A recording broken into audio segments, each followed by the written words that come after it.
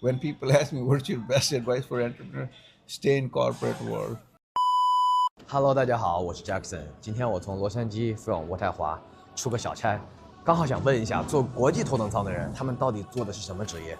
他们凭什么能赚到钱？以及受的都是什么样的教育？Let's go and check it out. Excuse me, sir. Can I ask you some question real quick? Is that okay? Sure, go ahead. What is your industry? Medical device business. How long you been doing that? 5 years. What is the biggest lesson you ever learned from your industry? Marketing of a good idea is the biggest challenge. So what is the secret to marketing? Engineering design is not a problem. The problem is how to get to the people and change their thought process. Imagine you're driving all along gasoline engine and somebody says, well, I have a better way of transporting you, such as electric vehicle. How do you get people to convince to make that switch? Switch is the most difficult thing, and that's where most entrepreneurs think, oh, I've got a great idea, now it's $1 billion. Well, there's a lot goes wrong between that and trying to get the idea to be marketed to a point that it says, yes, it's truly that valuable. Even if it is, people have sunk costs, people have got predetermined ideas and they want to change it for you. When it comes to marketing, that's where most entrepreneurs fail. They can't get their message across. And sustaining power, most people will underestimate the time it takes to get the idea to fruition and say, yeah, I've got a great idea, but great. How do you market it? And when you market it, you realize you didn't estimate the marketing cost right, and you didn't estimate the whip cost, and you didn't estimate the customer acquisition cost, and you didn't estimate the revenues right, and they flounder in there. What is the secret of being a good negotiator? Negotiations are, by definition, you got to see their viewpoint, the customer viewpoint, and you got to adjust to that reality, and that reality adjustment is difficult because in my business, most of the time, the person who wants the product is not making the decision. Decision is made by somebody else. They want the product, but they can't write the check. The check is written by somebody else. I don't give a about your safety. You're just a hired hand, and I can get rid of you and get a new one if you fall sick. So when you look at the dichotomy between the person who is writing the check and the person who is going to be using your product, it's a wide gap. You have to convince that how to get the other person to write the check for what your employee would benefit in the long run. But the whole thing, corporation tell you, well, or doctors will tell you, we are here in for a long run. That's bull. Bottom line is, if it ain't making money for them, they ain't going to invest in you. And they all only see you as 5 to 6 year employee, and then they say, well, I get a new one. Human life has zero, very little value. It's not what one thinks it is. So there's a dichotomy in there. How do you think about this industry in 2025? It's hyper competitive world we're living in. Only the best will survive. Do you have any suggestion you want to share with the younger generation, especially who want to be an entrepreneur? First of all, you need to find a patent that's going to generate value. So attorneys will tell you, yeah, great idea, I'll file a patent. But half of the time, you haven't done research on the patent that would predicate your device or design. Bottom line is, if you have money to fight big organizations, they'll say it's a good idea, we're going to copy it. And we'll keep you in patent fight lawsuit for 10 years and you'll go bankrupt in the process. So somehow you survive that process. You have to still market your idea. If you can market the idea, great. Then people will copy your design, slightly different variation, because you haven't thought through all the ways they'll try to get around your patent. And then if you do survive all that, then somebody will make you an offer that I'll buy your company or I'll still compete with you.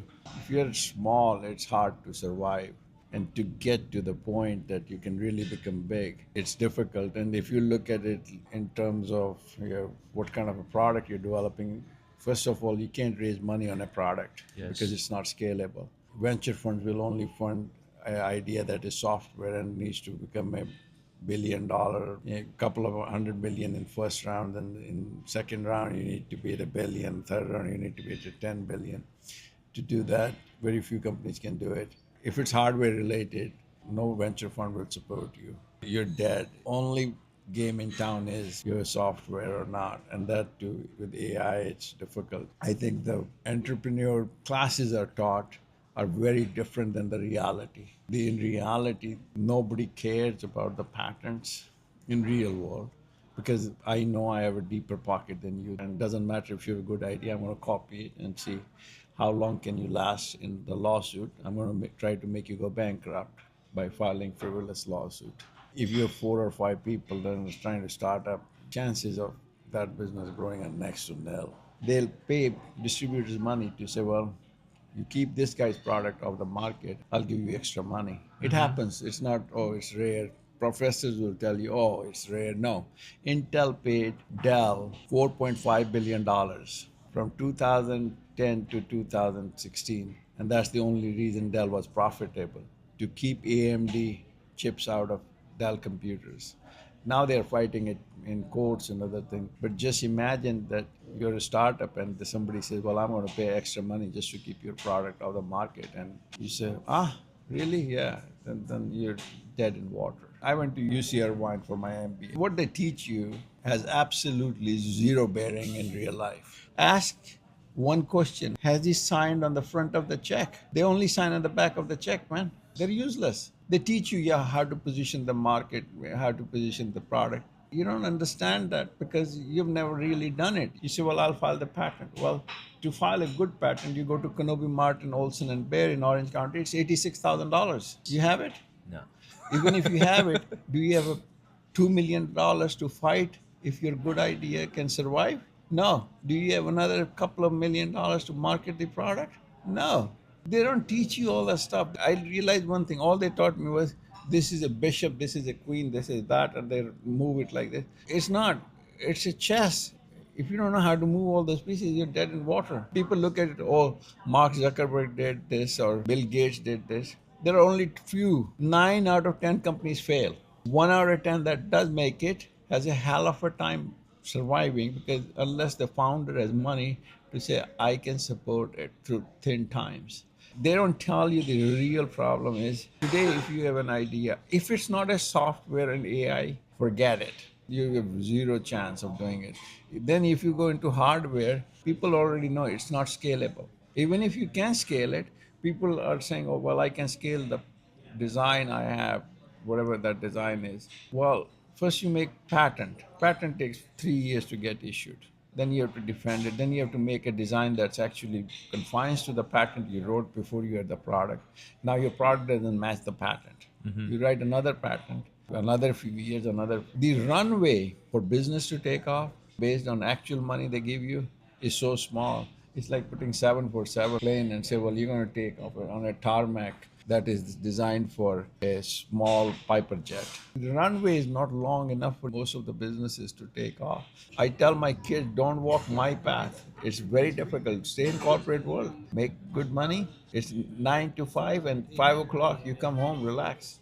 There's no 24/7. The quality of life in corporate world is much better. When people ask me what's your best advice for entrepreneur, stay in corporate world. You will have a hell of a life. It's lonely, it's ups and downs, and there are more downs than ups. These are the things they don't teach in school. School teaches you create a beautiful marketing plan. Let me tell you, when you get in front of people, people say, I don't give a about your plan. 9 out of 10 times they don't even read it. So you're standing in front of angel investors. They'll ask 3-4 questions. If you don't have the answer to those 4 questions, which are real life, you can't supposed to know it because you haven't been in real business world. Yes. You're dead on arrival. So business school, in my thinking, is not doing service to people. They teach you how to move pieces on the board, but they don't teach you overall strategy. Ask your business professor, when was the last time they raised any money? Zero. How did you get all of this wisdom? Did you come from a lot of money or not? No, man. I came to this country with $7 in my pocket. I came in 1987 when I was 17-year-old graduate student. I had graduated in India as a bachelor's in mechanical engineering, so I came here for master's program. I remember when I was flying over JFK and I saw Statue of Liberty before we were landing, I asked this Marine who was sitting next to me, I said, what do you think I can do with $7 in my pocket? And that's the only money I had. He said, good luck.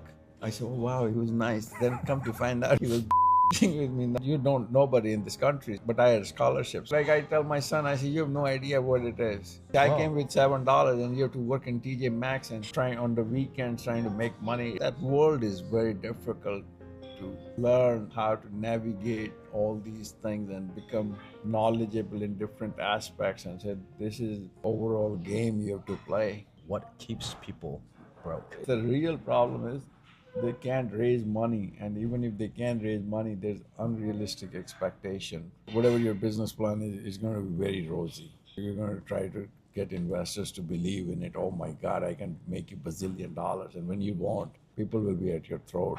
And let's say you choose, well, I'm going to do it myself. Good, you can, but you'll have a hell of a time. What is the secret to scale your business?